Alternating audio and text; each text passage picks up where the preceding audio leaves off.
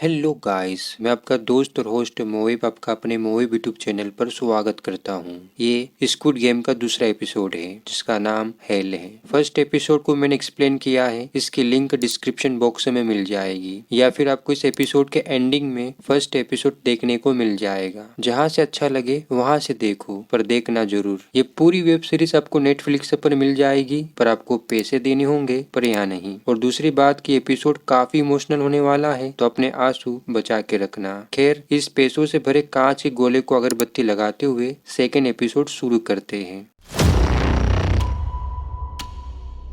तो second episode की शुरुआत क्रोमेटोरियम रूम से होती है, जहाँ पर फर्स्ट एपिसोड में एलिमिनेट हुए प्लेयर्स को कॉफिन में लाया जाता है ताकि उनको जलाया जा सके। अच्छा, ये लोग एलिमिनेट हुए प्लेयर्स के साथ ऐसा करते हैं। ये पूरा सीन इस एपिसोड का इंट्रो होता है। इंट्रो के बाद गेम जीते हुए प्लेयर्स दिखाए जाते हैं जो कि काफी डरे और सहमे हुए हैं। एक एक प्लेयर इस वक्त यही सोच रहा है।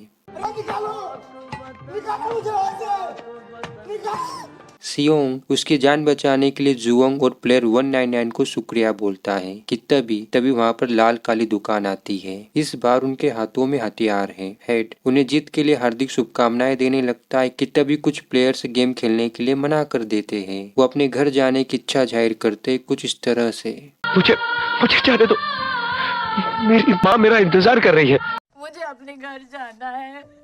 मुझे घर जाना है। घर जाना है, आप जो बोलेगा हम करेगा। तभी हेड उन्हें खेल के नियम याद दिलवाता है। नियम 1, कोई भी खिलाड़ी गेम खेलने के लिए मना नहीं कर सकता। नियम 2, जो खिलाड़ी गेम खेलने के लिए मना करेगा उसे एलिमिनेट कर दिया जाएगा। जब बात बनती नहीं दिखती तब हेड गन का सहारा लेता है और इसी वक्त जुआंग कहता है। नियम 3 बोलता है, अगर प्लेयर्स की मेजोरिटी चाहे तो इस गेम को क्विट किया जा सकता है। हेड, सही कहा आपने। जुआंग, तो फिर हमें वोटिंग करने दीजिए। हेड, ठीक है, अगर सभी प्लेयर वोटिंग करना चाहते हैं तो ऐसा ही होगा, लेकिन वोटिंग से पहले इस गेम की इनाम राशि सुन लीजिए। ये रही इनाम की रकम। फर्स्ट गेम के दौरान 456 प्लेयर थे, लेकिन फर्स्ट गेम के खत्म होने तक 255 प्लेयर एलिमिनेट हो जाते हैं। हर एक प्लेयर को मिलने वाली इनाम की राशि 100 मिलियन वोन तय की गई है। क्योंकि 255 प्लेयर एलिमिनेट हो चुके हैं तो उनकी कुल इनाम राशि 25.5 बिलियन वोन बनती है और जितने भी प्लेयर एलिमिनेट होते जाएंगे उनकी इनाम राशि इस अमाउंट में जुड़ती जाएगी। तो इस हिसाब से एक प्लेयर टोटल 45.6 बिलियन वोन इस गेम से जीत सकता है। पर अगर यह गेम यहीं पर खत्म हो जाता है तो एलिमिनेट हुए 255 प्लेयर के परिवारों में 25.5 बिलियन वोन बांट दिए जाएंगे और इस हिसाब से हर एक प्लेयर की हर एक फैमिली को 100 मिलियन वोन की राशि मिलेगी और बाकी के प्लेयर्स को खाली हाथ लौटना पड़ेगा। तो व्यूअर,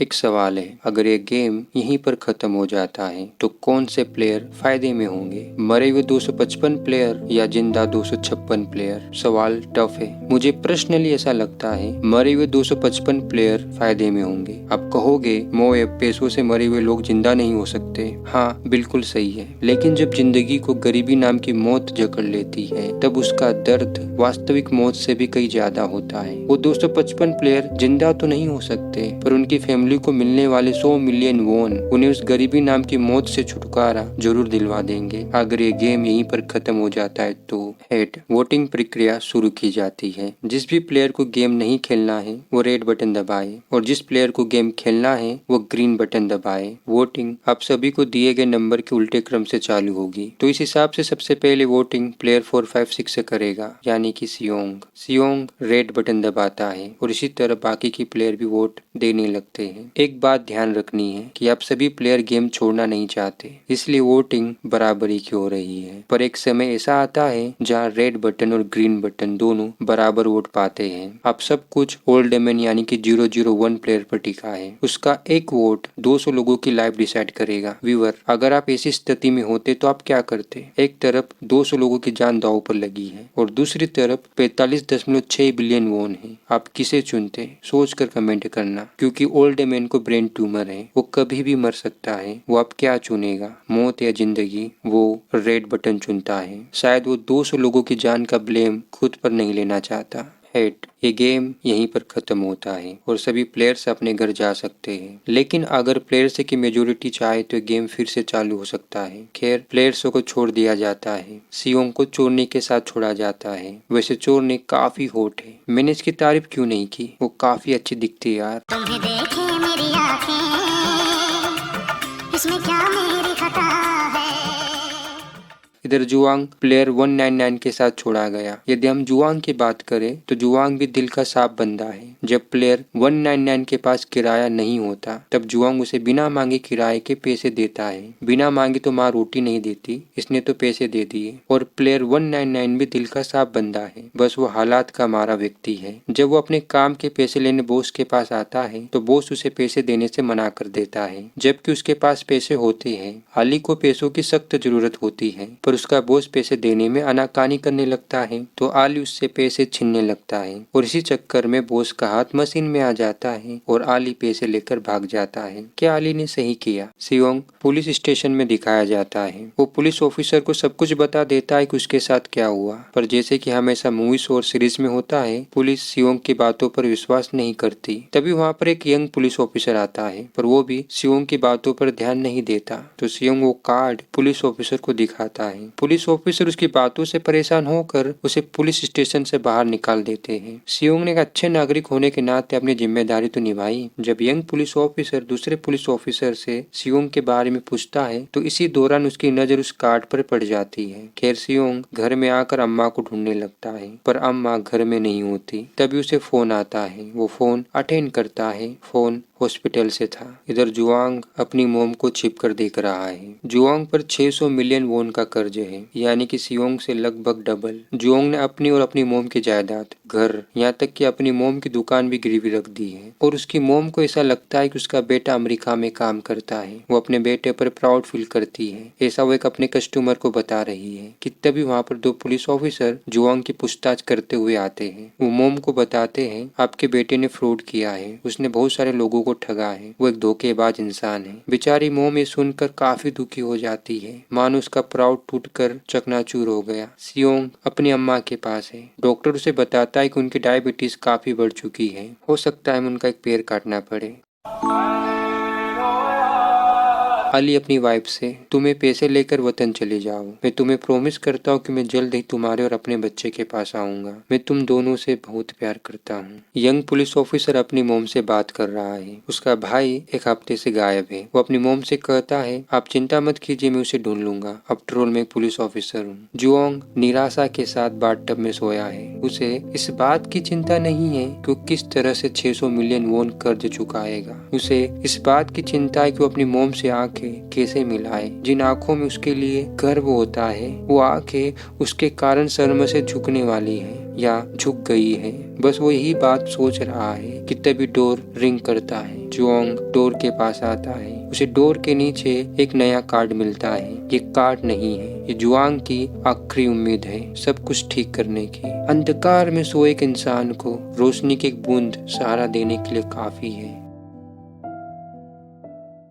यंग पुलिस ऑफिसर अपने भाई के रूम में आता है। वो रूम को अच्छे से देखता है कि तभी उसे एक बॉक्स मिलता है। आपको उसे बॉक्स ओपन करता है, उसे वो कार्ड मिलता है जो उसने सियोंग के पास देखा था। तो सवाल खड़ा होता है क्या उसका भाई जिंदा है या फिर मर चुका है। मेरे दिल की आजीज मेरी चोरनी उसके भाई के साथ दिखाई जाती है। उसने अपने भाई से प्रॉमिस किया है कि वो जल्द ही सब कुछ ठीक कर देगी। उसका भाई अपनी बहन के होते हुए भी एक अनाथ की जिंदगी जी रहा है, कारण उनके पास कोई घर नहीं है, इसलिए उसने अपने भाई को अनाथालय में रखा है। इससे बुरी चीज और क्या हो सकती है। चोरनी एक दलाल से मिलने आती है। ये दलाल अवैध तरीके से जो लोग दूसरे देशों में गए हैं उन्हें वापस लाने का काम करता है। चोरनी के माता पिता अवैध तरीके से चाइना में हैं। वो अपने माता पिता को वापस साउथ कोरिया लाना चाहती है। तो दलाल कहता है देखो इसके लिए तुम्हें 50 से 60 मिलियन वोन लग सकते हैं। हमारी चोरनी इतने पैसे कहाँ से लाएगी। जब बंदा ऐसी कंडीशन में होता है ना तो उसके लिए सही गलत कुछ मायने नहीं रखता। मायने रखता है तो बस वो चीज जो उसे चाहिए।